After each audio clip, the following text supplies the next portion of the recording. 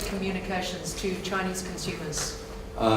Firstly, it's a great pleasure to be here tonight and to join the discussion about food safety.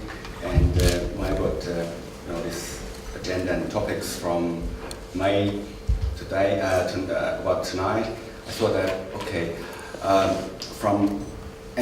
and also from the CEO and the minister, and they all talk about how we improve the food safety image at different level.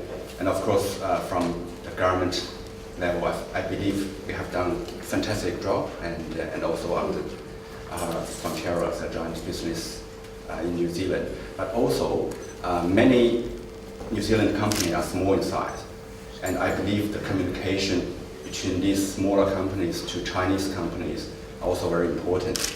And there are some difference between the two countries' regulation or testing methods, all these details. But how we can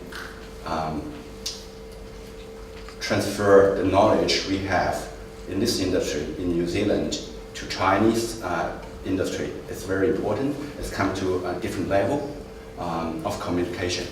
So I think if we can, for smaller companies, become put on a committee, like advisory committee to communicate also jointly with Chinese company, with Chinese industry, that will be very helpful. It's one of the things I would like to raise up and comment on.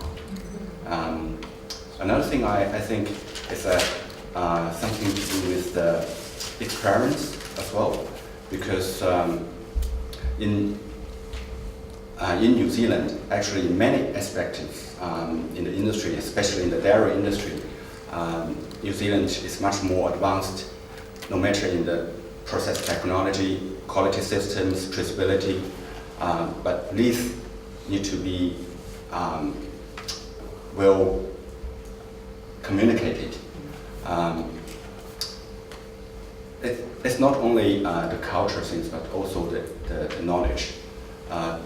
Because when the Chinese authority making the new regulation, there are some studies, research, and also we need to learn from others. Like just an example that, for example, Danish dairy industry has, many years ago, back to 1980s, has given a lot of support, assistance to Chinese dairy industry, which also gave a lot of influence to the business.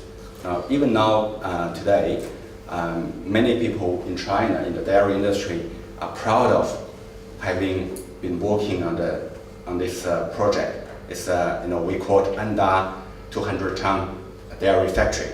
This is the first world-class dairy factory sponsored by the Danish government, built by Danish turnkey dairy.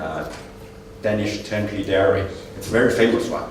And what I'm saying is that if New Zealand business, New Zealand company, and New Zealand government can do something like this in order to get influence, input, and also lobbying in many ways to the regulation change, will be much better than just following what the Chinese government put into place.